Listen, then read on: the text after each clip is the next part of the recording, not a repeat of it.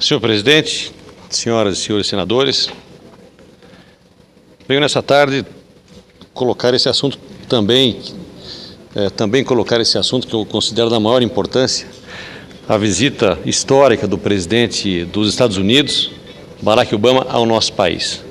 Quero cumprimentá-lo pela maneira simpática como tratou todos os brasileiros nessa visita realmente histórica para todos nós.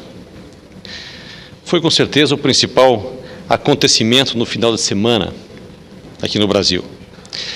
O tratamento especial dispensado ao Brasil pelo presidente Obama revela a consolidação de uma relação de igual para igual, que conquistamos com a estabilidade da nossa economia e o fortalecimento da nossa democracia.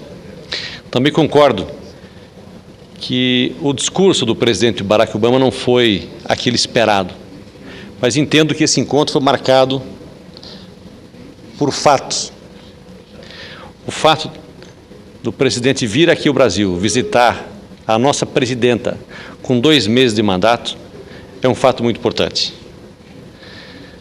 O fato de o ex-presidente Fernando Henrique Cardoso estar presente no almoço, junto com o ex-presidente José Sarney, ex-presidente Fernando Collor, ex-presidente Itamar Franco, também é um fato importante para a consolidação da nossa democracia. Estavam todos juntos, junto com a nossa presidente Dilma, representando o nosso país. É um fato muito importante, relevante para a consolidação e o início do mandato da nossa presidente, que com certeza tem um trabalho muito importante, muito grande pela frente, e mostra, na sua largada, com apenas 2 meses de mandato, mostra que tem competência, que tem firmeza e, através do seu discurso, mostrou exatamente aquilo que o Brasil espera de uma presidenta dirigindo o nosso país, colocando os assuntos na mesa de conversação com a maior potência do planeta, que é os Estados Unidos. Mas antes quero chamar a atenção para um outro acontecimento importante que poucos têm, que a mídia não tem muito divulgado, é sobre a grave situação de crise e de revolta dos trabalhadores da maior obra do PAC, que é a construção das usinas hidrelétricas do Rio Madeira, em Porto Velho, no meu estado de Rondônia. A revolta dos trabalhadores na usina de Jirau, que supostamente teria começado de forma isolada na última semana, tomou dimensões trágicas, com a destruição por incêndio dos alojamentos, de ônibus, de veículos, de prédios administrativos, resultou na paralisação da obra por tempo indeterminado. A crise em Jirau afetou também a outra usina do Rio Madeira, a de Santo Antônio, que preventivamente paralisou as obras e dispensou os trabalhadores. E nesse final de semana, enquanto o presidente Obama visitava Brasília e Rio de Janeiro, a população de Porto Velho se trancou em casa aterrorizada e o comércio fechou as portas com medo de uma possível onda de saques e destruição da nossa cidade, da nossa capital, Porto Velho.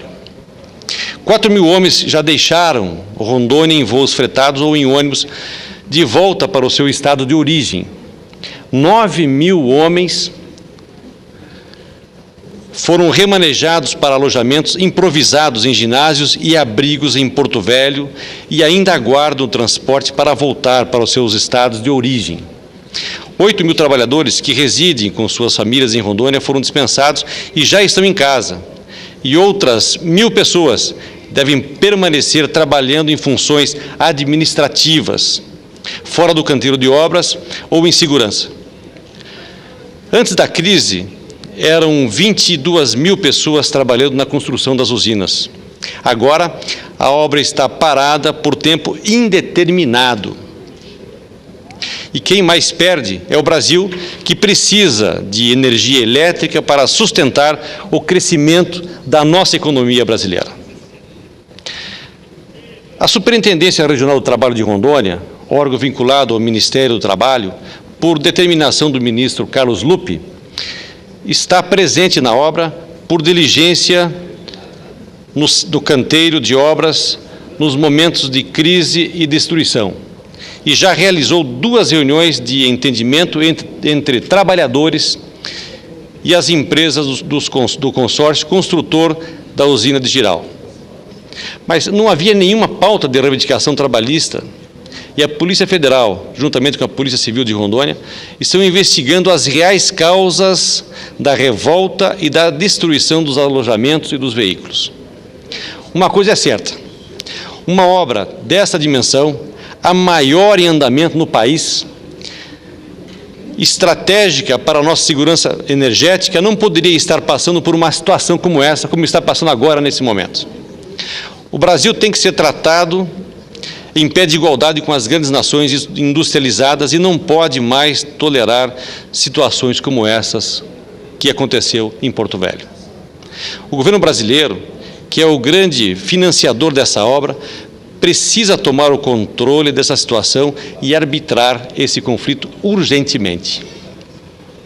Desde o início das obras, ao lado de um grande orgulho pela construção das hidrelétricas no Rio Madeira, eu também tinha uma grande preocupação com o impacto ambientais da obra e principalmente com o tratamento dispensado às populações tradicionais e ribeirinhas que vivem da pesca no Rio Madeira, da agricultura de subsistência ou do extrativismo florestal. Há 6 meses, no dia 21 de setembro de 2010, eu relatei aqui, nessa tribuna, a grande insatisfação da parte de milhares de famílias de ribeirinhos afetadas direta ou indiretamente pelos impactos socioambientais da obra. Avisei que as tensões sociais poderiam crescer e que isso deveria ser evitado. Eu só estava lembrando o óbvio, que seria uma tremenda falta de inteligência, de estratégia, dar motivos às críticas internacionais, quando o Brasil ainda necessita construir muitas usinas, algumas na Amazônia, como é o caso de Belo Monte. Em resumo, é imprescindível que se levante os reais motivos que levaram ao motim e à paralisação das obras de Jirau, que os responsáveis sejam penalizados e que o governo tome uma atitude mais enérgica diante de toda esta situação. É somente dessa forma que o Brasil vai conquistar o respeito internacional e ser tratado de igual para igual pelos Estados Unidos da América e pelas maiores economias do planeta. Estamos num momento de transição para esse almejado primeiro mundo. Ainda somos muitos Brasis. Ainda temos que superar muitos problemas sociais para termos todas as credenciais de um país desenvolvido. Mas precisamos fazer a lição de casa para exigir tratamento igualitário nas relações internacionais. Nesse sentido, a visita do presidente Barack Obama, dos Estados Unidos, ocorreu em um momento que pode ser considerado um marco na história da nossa nação. Provavelmente, nunca o Brasil esteve tão perto de estar em pé de igualdade com a nação norte-americana quanto agora. Vivemos hoje um momento de grande equilíbrio entre os dois países, um momento de reaproximação de ligações diplomáticas, um momento de grande balanço do poder.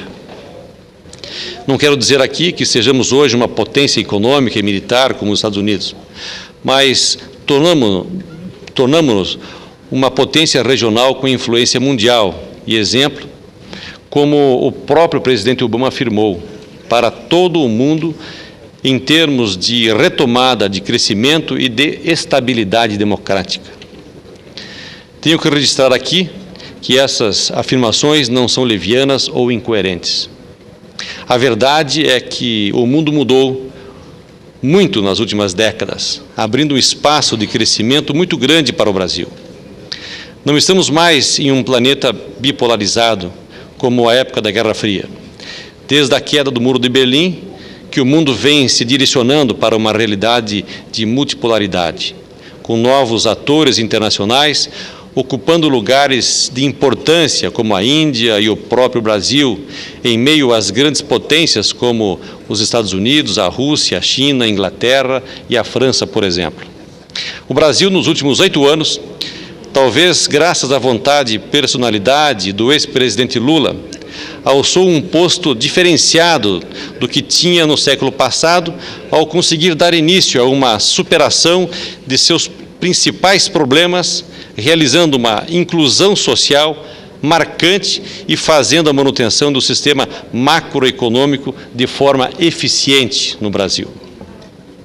Não podemos menosprezar, no entanto, o fato de que essa retomada do Brasil já vinha se desenvolvendo como um processo alavancado por presidentes anteriores e que encontrou no cenário mundial, no qual as grandes potências passaram a enfrentar graves crises, o campo ideal para ganhar todo o destaque que vem conseguindo nos últimos anos. Por esse motivo é que vemos a visita de Obama como um reconhecimento desse novo papel do Brasil no cenário internacional.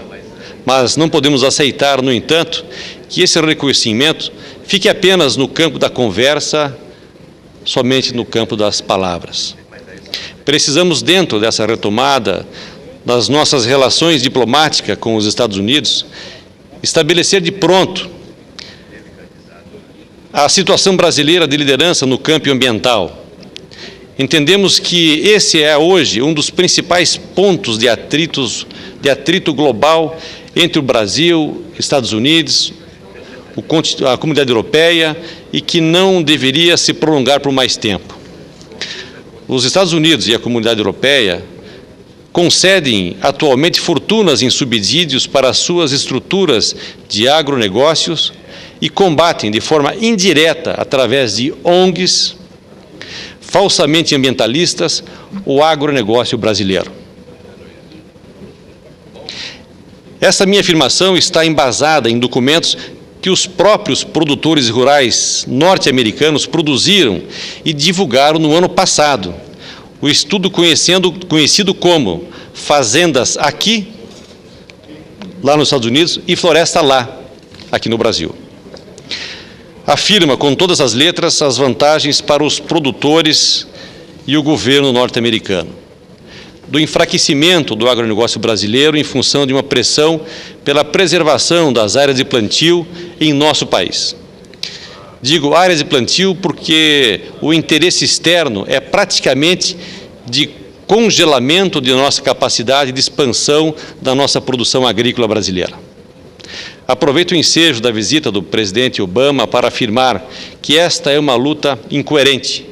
Como afirmei aqui na semana passada, só há um meio de garantir a produção de alimentos para um planeta que terá 9 bilhões de pessoas em um futuro muito próximo.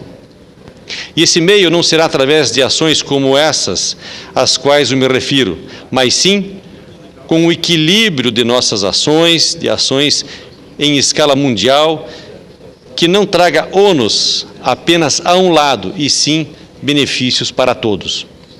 Contamos com o bom senso e a visão do presidente Obama, assim como com a coerência e a firmeza da presidente Dilma para liderar as negociações do Alavante travada em nossos países. Quero mais uma vez, senhor presidente, cumprimentar a nossa presidenta Dilma Rousseff pela maneira firme e coerente como fez recepcionando o presidente Obama e toda a sua comitiva aqui no nosso país. Muito obrigado, senhor presidente.